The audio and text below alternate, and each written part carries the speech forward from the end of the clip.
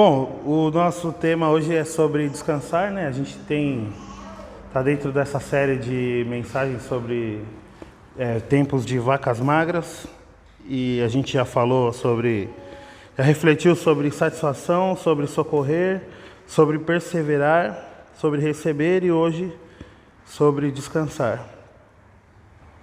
Para mim é uma alegria estar aqui, gente, com essa oportunidade assim de compartilhar a palavra, né? É sempre um momento feliz para mim. Para quem não me conhece, eu sou Aba, né? A gente está se conhecendo agora. É Glaucia, né? Eu sou seminarista, né, na igreja, estou nessa caminhada aí e fico agradecido, Jota, pela oportunidade. Em momentos de vacas magras, é normal que a gente se preocupe com a provisão. É comum que a gente refaça algumas contas e é comum que a gente se preocupe. O texto que a gente vai ler hoje está lá em Mateus, no Evangelho de Mateus, e fala sobre não se preocupar. Mas quando a gente pensa em vacas magras, a gente estabelece um contraponto, assim, né? A gente se preocupa porque a situação exige que a gente fique atento, mas o texto de Jesus fala para que a gente não fique preocupado excessivamente. Então a gente vai tentar refletir sobre esse balanço, né? Sobre onde a gente encontra um ambiente de descanso no meio das coisas que preocupam a gente, naturalmente, né? Será que esse sentimento de preocupação, de preparação, de estruturação para momentos de vacas magras, será que esse sentimento é errado à luz do texto, que nos orienta a não andarmos preocupados com a comida, com a bebida ou com as roupas? Será que a gente se portar dessa maneira, de fato, é tão ruim à luz da palavra, ou é parte do que a gente vive mesmo e Jesus pode ensinar alguma coisa diferente para nós a esse respeito? Para falar sobre isso, eu queria dar um exemplo do futebol, né? Eu gosto muito de futebol, acompanho esses programas de mesa redonda.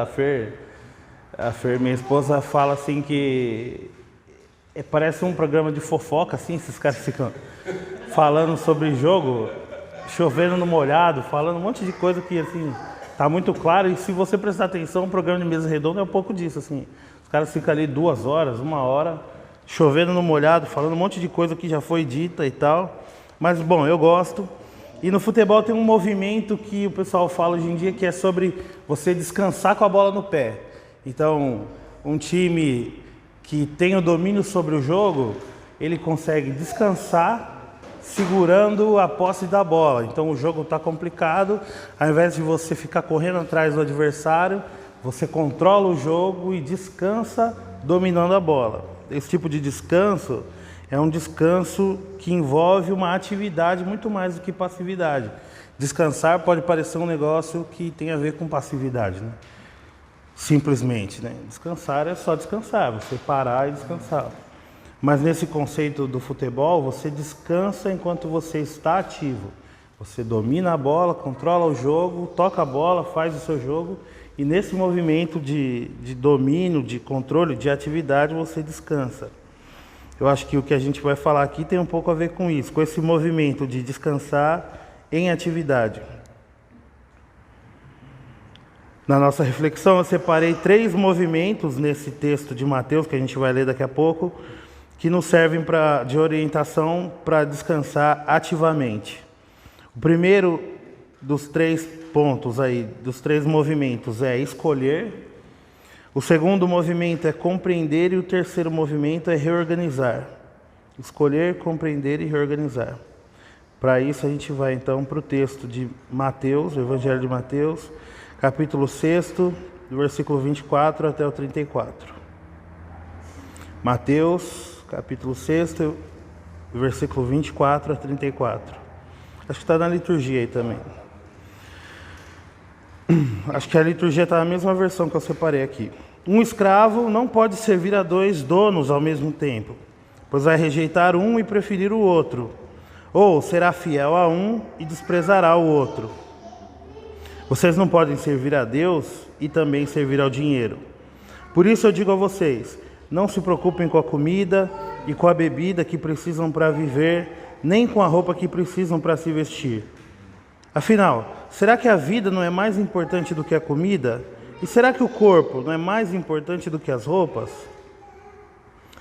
Vejam os passarinhos que voam pelo céu. Eles não semeiam, não colhem, nem guardam comida em depósitos. No entanto, o Pai de vocês que está no céu dá de comer a eles. Será que vocês não valem muito mais do que os passarinhos? E nenhum de vocês pode compridar a sua vida, por mais que se preocupe com isso. E por que vocês se preocupam com roupas?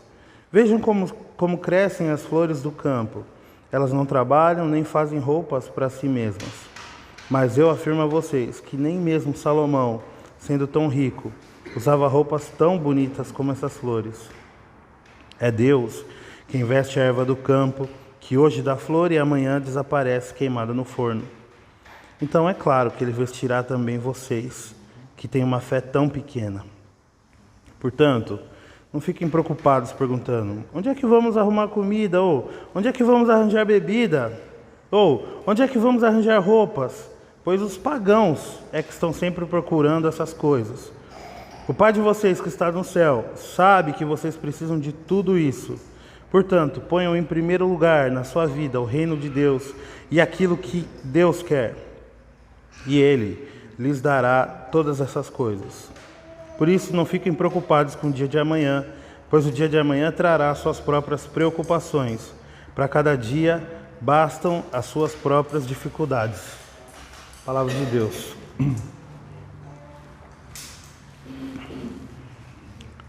Como eu disse, então, a gente vai separar em 3 pontos, né, essa reflexão aqui, 3 atitudes, 3 movimentos de descanso e de descanso ativo, quando a gente está descansando, mas ao mesmo tempo a gente está seguindo a nossa vida e vivendo e correndo atrás das nossas coisas, sim.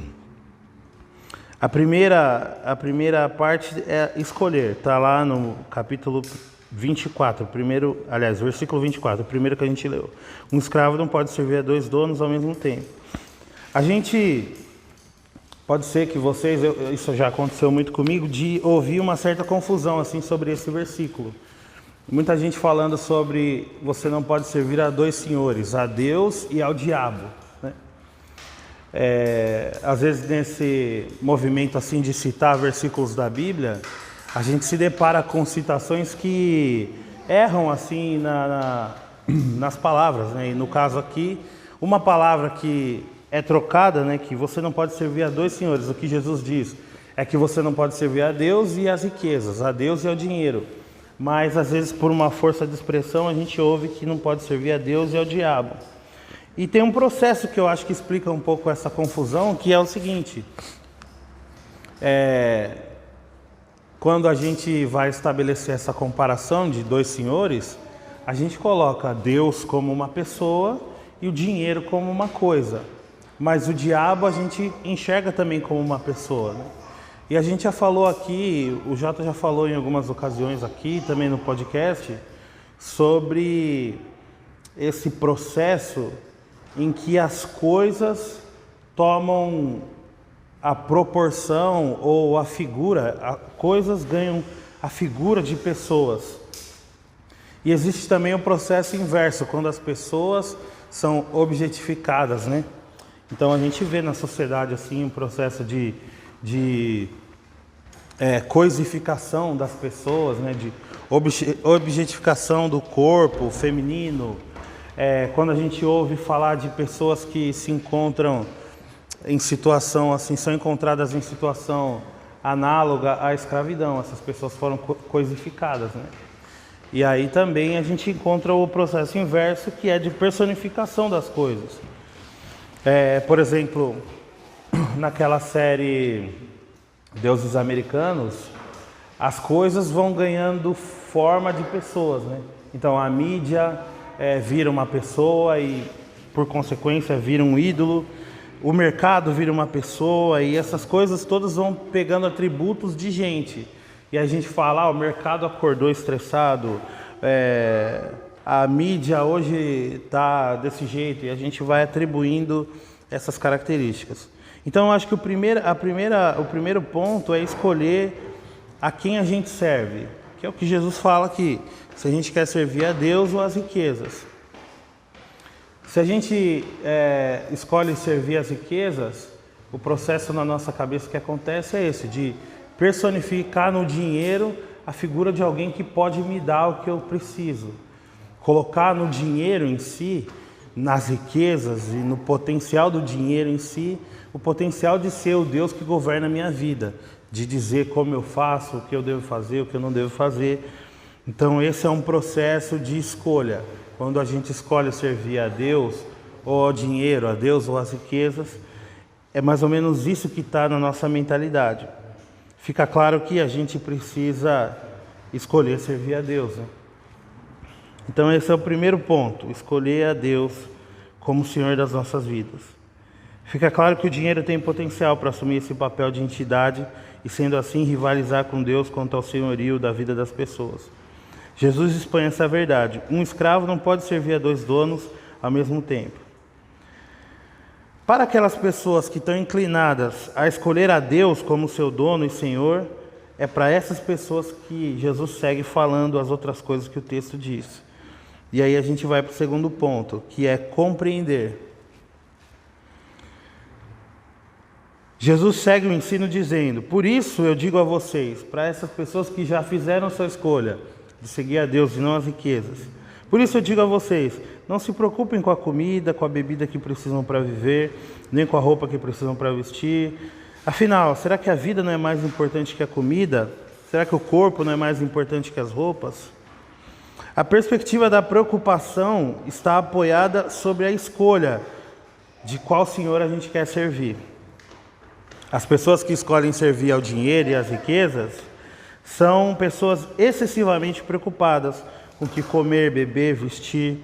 São pessoas que dão mais valor aos seus pertences do que à vida, à própria vida ou ao corpo.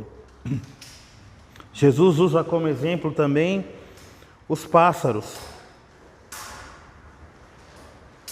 que não semeiam, não colhem e não guardam comida, mas são cuidados. Ele também usa o exemplo das flores do campo, que não trabalham nem fazem roupas, mas deixam todo o esplendor do rei Salomão no chinelo com a sua beleza.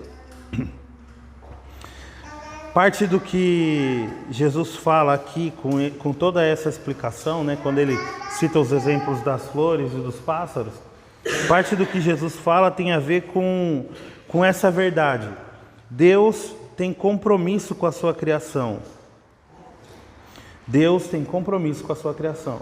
Para aquelas pessoas que escolhem servir a Deus e não as riquezas, Jesus diz: Deus tem compromisso com a sua criação.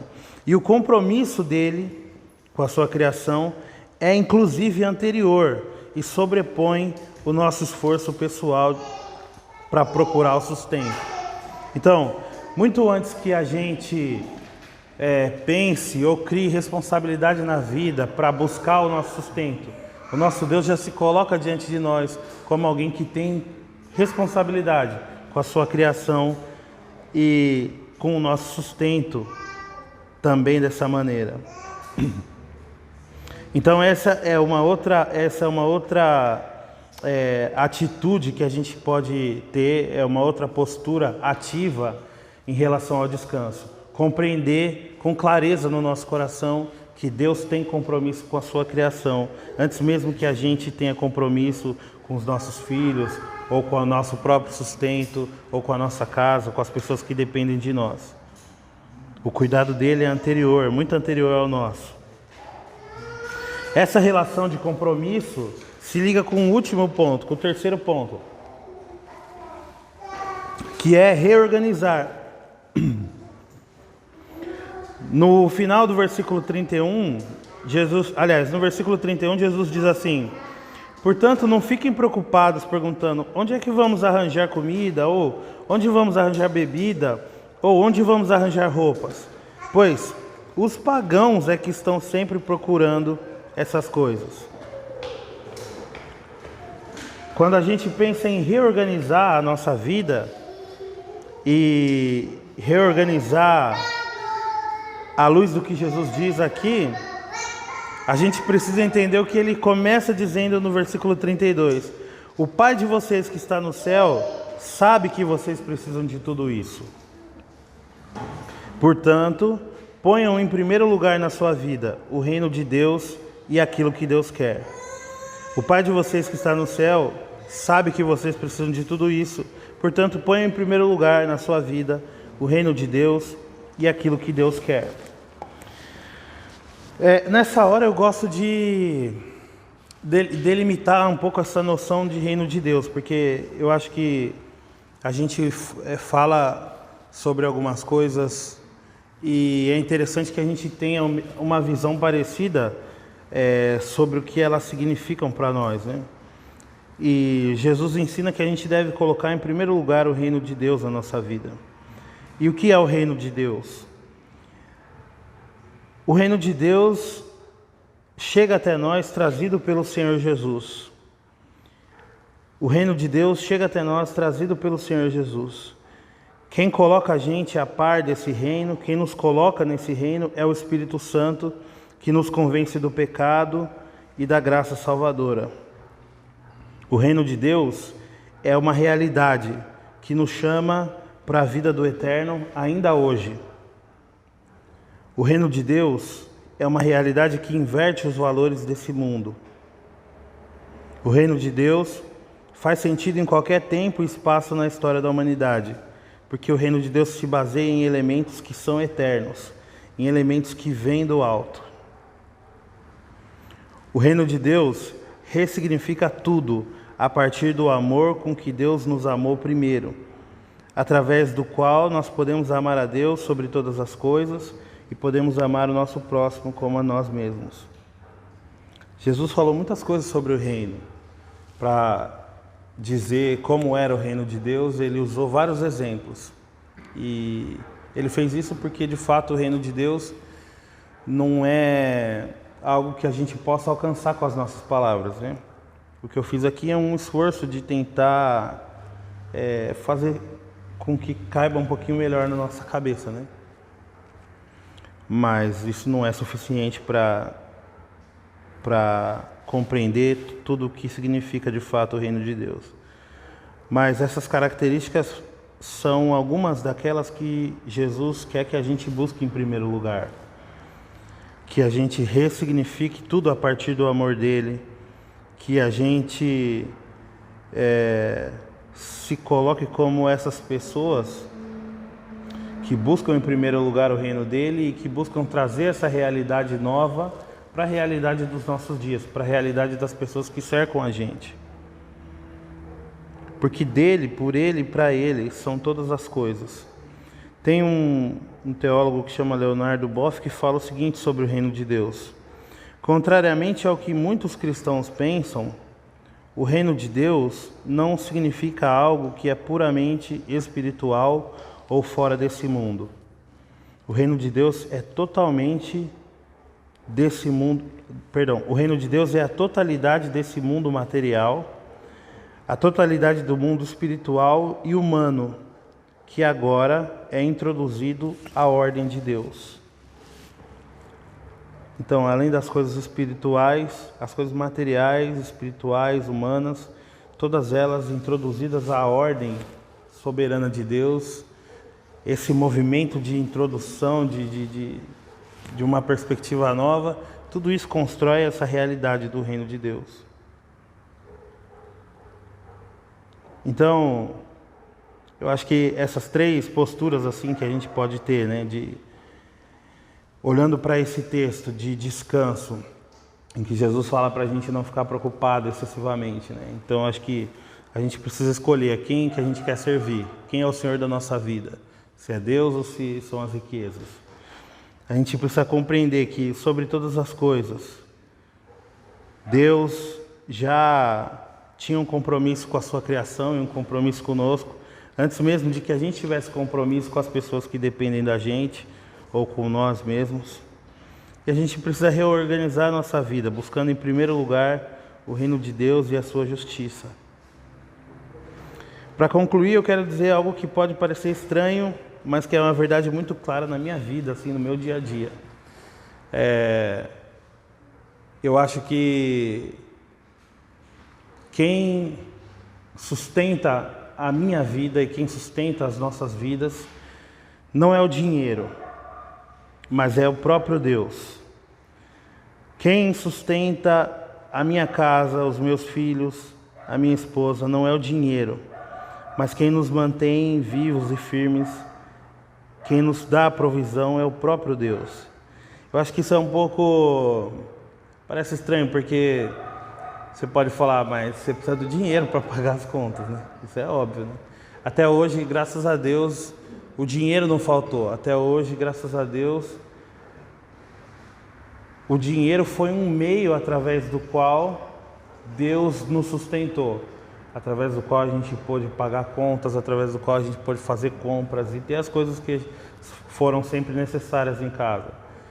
Mas eu acho que o importante é a gente ter a consciência clara na nossa mente de que o dinheiro é só um meio através do qual a gente tem sustento, né? Porque o sustento real vem do Senhor. Se o dinheiro faltar, se tudo faltar, quem vai te sustentar, quem vai me sustentar, ainda assim é o Senhor. Sobre todas as coisas, quem está conosco é Ele. E antes de que existisse o dinheiro, e antes de que existisse toda a ordem das coisas como a gente conhece hoje, né? Ele já existia e já sustentava a sua criação em amor. Por fim, a gente retoma a pergunta inicial, né? Em momentos de vacas magras, é normal que a gente se preocupe com a provisão? É comum que a gente refaça contas? Será que esse sentimento é errado à luz do texto que nos orienta a não nos preocuparmos com comida, bebida ou roupas? E eu respondo que não é errado, desde que a nossa escolha seja servir ao Deus vivo, ao invés de personificar no dinheiro ou nas riquezas um ídolo que tenha domínio sobre a nossa vida. Se preocupar com as coisas que nos cercam e com tempos de vacas magras não é errado se a gente compreender que Deus sabe das nossas necessidades e se compromete com seus servos e com a sua criação. E não é errado a gente se preocupar se a gente tiver condição de reorganizar a nossa vida, colocando o reino de Deus e aquilo que Deus quer em primeiro lugar na nossa vida. E com isso tudo, Ele nos dará todas as coisas que a gente precisa, sabendo que para cada dia bastam as suas próprias dificuldades e o seu próprio mal. Amém? Deus nos abençoe.